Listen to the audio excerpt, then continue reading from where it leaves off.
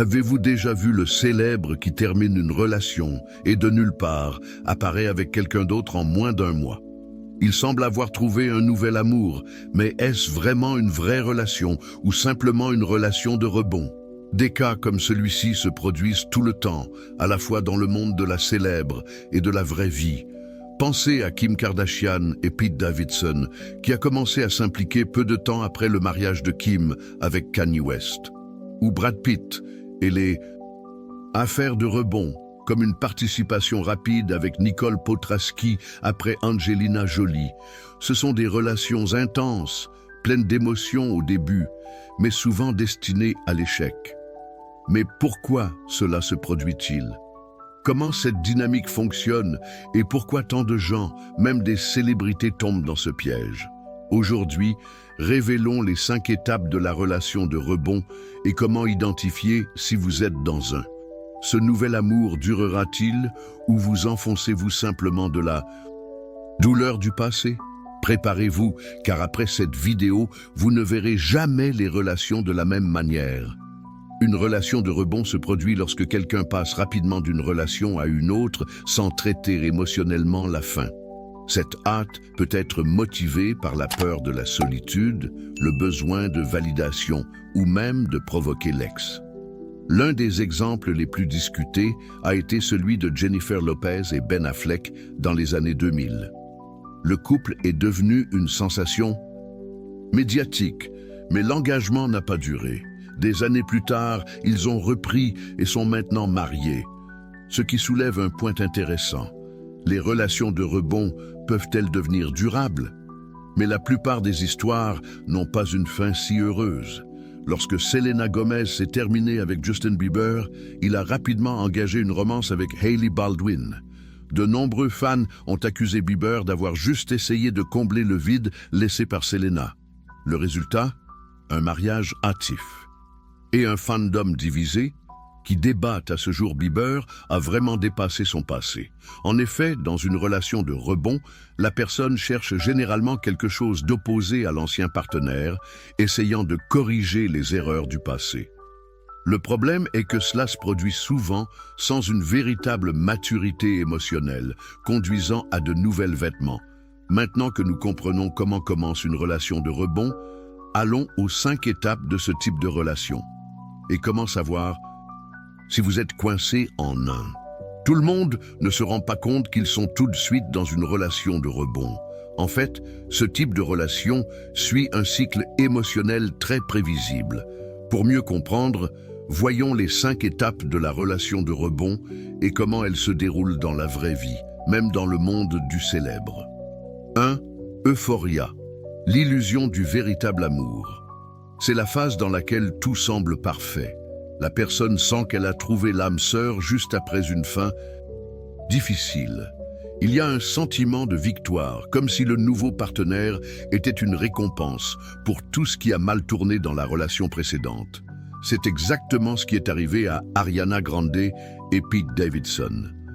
Peu de temps après la rupture d'Ariana avec Mac Miller, elle et Pete sont entrés dans une relation intense, se sont engagés dans un temps record et semblaient inséparables. Mais cette phase a un problème.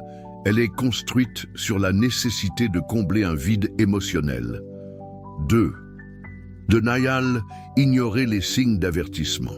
Ici, la personne commence à remarquer des différences mineures dans le nouveau partenaire, mais essaie de les ignorer. Il est courant de justifier des attitudes problématiques juste pour éviter de faire face à la réalité. Vous vous souvenez de la romance entre Taylor Swift et Tom Hiddleston? Après la fin de Swift avec Calvin Harris, elle a plongé tête baissée dans une relation avec Tom, pleine de manifestations publiques d'affection. Tout semblait imparfait jusqu'à ce que les incompatibilités commencent à émerger. Les médias ont noté que la relation ressemblait plus à un spectacle qu'à authentique. Peu de temps après, le couple s'est terminé. 3. Peur de la solitude. L'insécurité frappe à la porte. À ce stade, l'euphorie commence à diminuer et les doutes apparaissent. La peur d'être seul devient plus forte que le désir d'être dans la relation. Et c'est là que beaucoup de gens commencent à comparer leur nouveau partenaire avec l'ex. Ce fut le cas du rebond Rihanna et Drake. Après la rupture avec Chris Brown, Rihanna avait une relation avec Drake qui, malgré sa chimie intense, n'a jamais vraiment décollé. La raison? Rihanna a toujours traité le traumatisme du passé et n'était pas émotionnellement prêt à passer à autre chose. 4. Déception. Le château commence à s'effondrer. L'illusion de la phase initiale disparaît et soudain tous les défauts du nouveau partenaire sont plus évidents.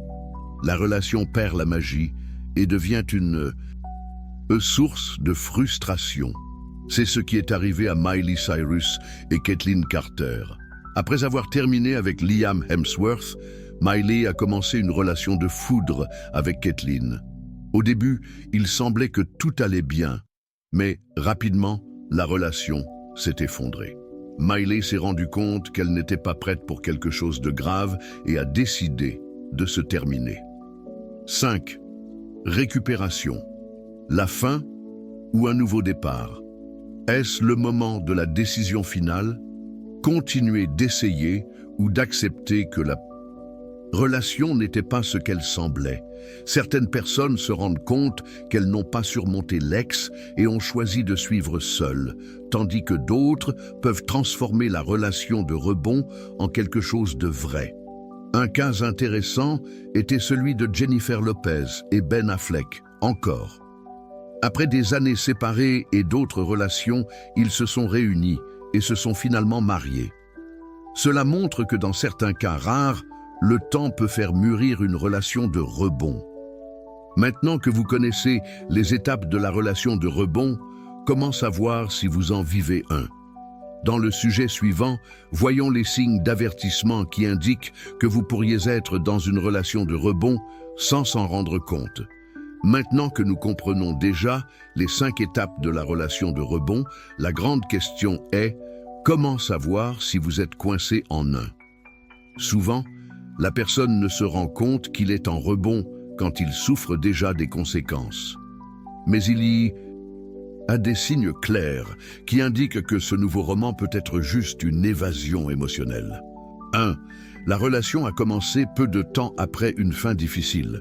Si vous ou votre partenaire venez de sortir d'une relation sérieuse et que vous avez déjà engagé une autre romance, ce peut être une alerte rouge. Ce modèle est courant parmi les célébrités telles que Kim Kardashian et Pete Davidson. Après la fin troublée à Kanye West, Kim a rapidement commencé à sortir avec Pete, mais la relation n'a duré que quelques mois. 2. Vous pensez que vous devez prouver quelque chose à votre ex.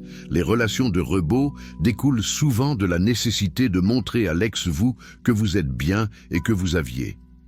Si vous publiez des photos passionnées et affichez le nouveau partenaire sur les réseaux sociaux, semble plus important que la véritable connexion. Cela peut être un signe que cette relation n'est pas si authentique. C'était le cas de Shakira et Lewis Hamilton.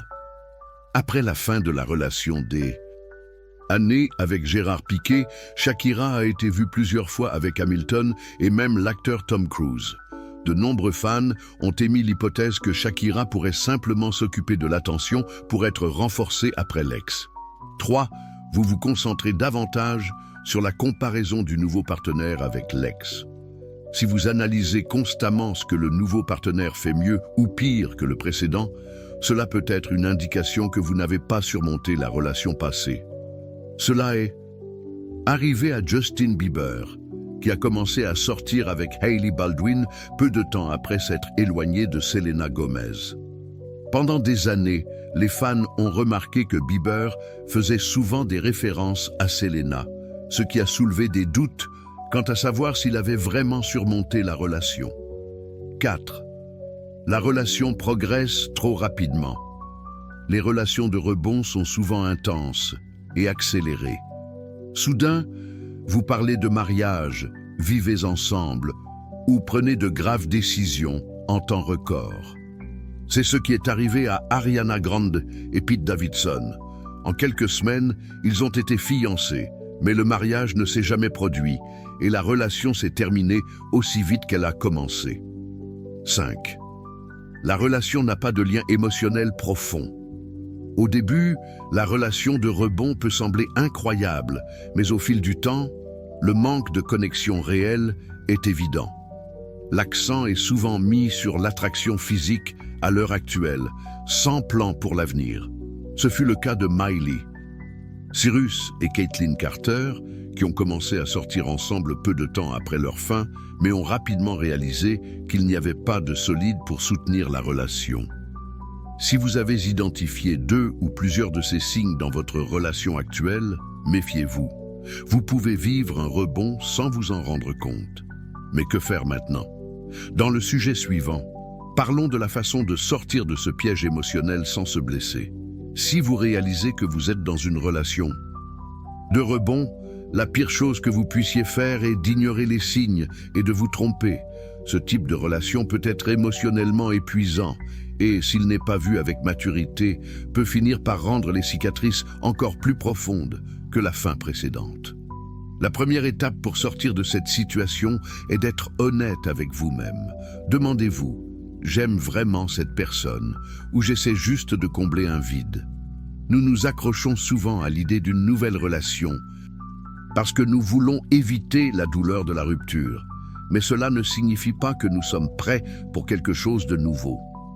Un autre point important est de prendre le temps de traiter la fin de la relation précédente. Beaucoup de gens sautent d'une datation à l'autre sans même réfléchir à ce qui n'a pas fonctionné dans la relation passée. Si vous ne vous arrêtez pas pour comprendre ce qui s'est passé et comment cela vous a affecté, vous risquez de répéter les mêmes erreurs à l'avenir. Si la relation de rebond commence déjà à montrer des signes d'usure, l'idéal est de sortir avec respect et maturité. Ne prolongez pas quelque chose que vous savez n'a pas d'avenir juste de peur d'être seul. Soyez transparent à l'autre personne, expliquez vos sentiments et, si nécessaire, donnez-vous du temps avant d'entrer dans une nouvelle relation. Pour ceux qui sentent être émotionnellement attachés à un niveau de relation de rebond, la recherche d'aide professionnelle peut être essentielle. Un thérapeute peut vous aider à comprendre vos modèles émotionnels et à établir des relations plus saines à l'avenir. Et enfin, rappelez-vous, devenir célibataire n'est pas un problème. Beaucoup de gens entrent dans une relation de rebond, de peur de la solitude, mais être seul peut être une opportunité incroyable pour la connaissance de soi et la croissance personnelle. Des relations saines commencent lorsque nous allons bien avec nous-mêmes, pas lorsque nous voulons désespérément combler un vide émotionnel. Maintenant que vous savez comment s'identifier et sortir d'une relation de rebond, il manque une chose: comment passer à un vrai et préparer une relation plus saine à l'avenir. C'est ce dont nous allons parler dans le prochain et dernier sujet. Après avoir quitté une relation de rebond, la pire chose que vous puissiez faire est de retomber dans le même piège. Si vous voulez vivre une relation vraie et saine, vous devez vous reconstruire émotionnellement avant de vous impliquer avec quelqu'un d'autre. La première étape consiste à accepter la fin et à traiter la douleur. Nous essayons souvent d'éviter la souffrance en sautant directement dans une nouvelle relation, mais cela ne fait que faire avancer l'inévitable. Permettez-vous de vivre le chagrin de la fin, de comprendre ce qui s'est mal passé et d'apprendre de cette expérience. Un autre point essentiel consiste à reconstruire votre estime de soi et votre indépendance. Les relations de rebond se produisent souvent lorsque la personne sent qu'elle a besoin de quelqu'un pour se sentir complet. Mais la vérité est que personne ne peut combler un vide intérieur que vous seul pouvez résoudre. Investissez en vous, faites une thérapie, découvrez de nouveaux passe-temps, sortez avec des amis, voyagez seul, apprenez à vous sentir bien dans votre peau avant de chercher quelqu'un d'autre. Également, établir des normes plus saines pour la prochaine relation.